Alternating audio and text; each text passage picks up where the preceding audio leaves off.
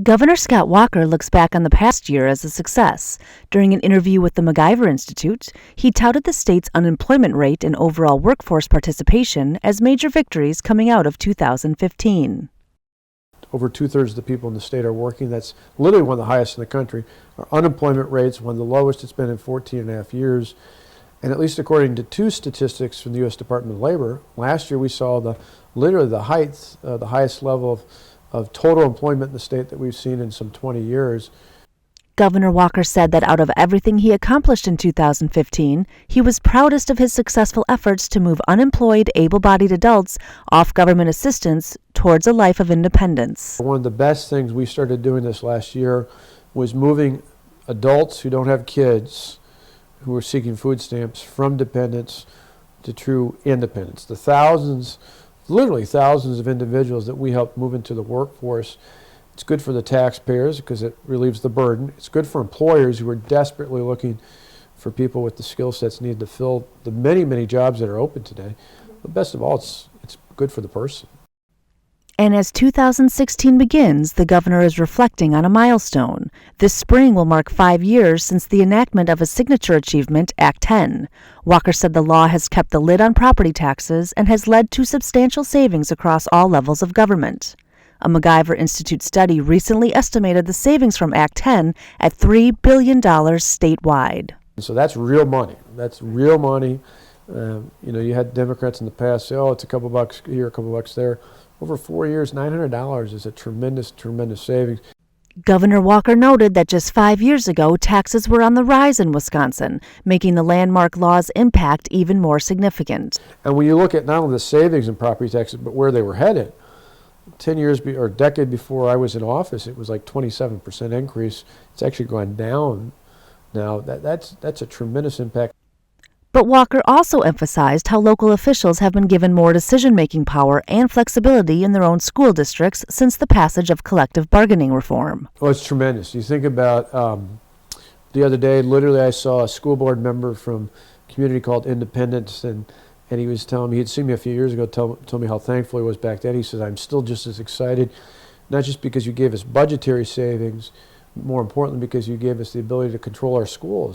Act 10 has ultimately taken control back from big labor union bosses and put school boards and taxpayers in charge.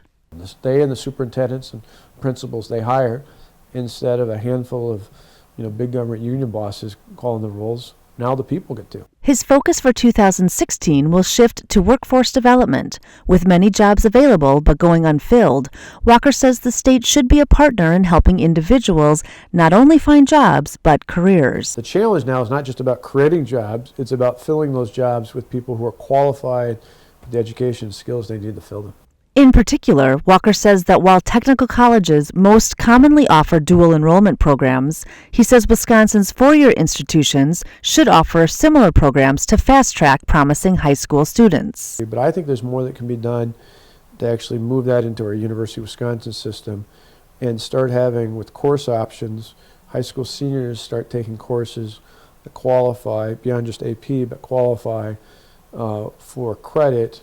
Walker has high hopes for the strategy. He believes it will not only address the talent shortage, but will also help students graduate earlier, which will keep the cost of their education in check.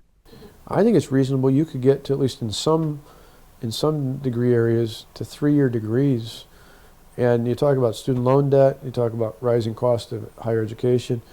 What better way to do that than get people in and out sooner? While Walker wants to better connect Wisconsinites with businesses that want to hire in 2016, he also wants to stop an effort by the federal government that could kill tens of thousands of jobs here in Wisconsin. The governor plans to continue his fight against the Obama administration's so-called Clean Power Plan.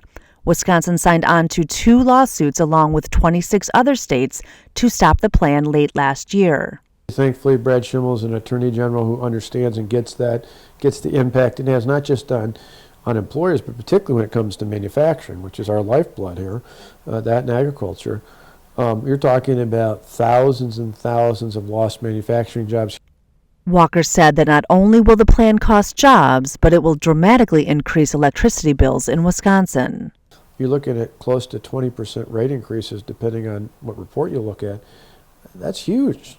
Despite the EPA's effort to kill tens of thousands of jobs here in Wisconsin, the governor made it clear what his top priority is for 2016. Well, when I ran for re-election, I talked about everyone who wants a job should be able to find a job, and our focal point really is going to be to do that. For the MacIver Institute, I'm Jen Healy.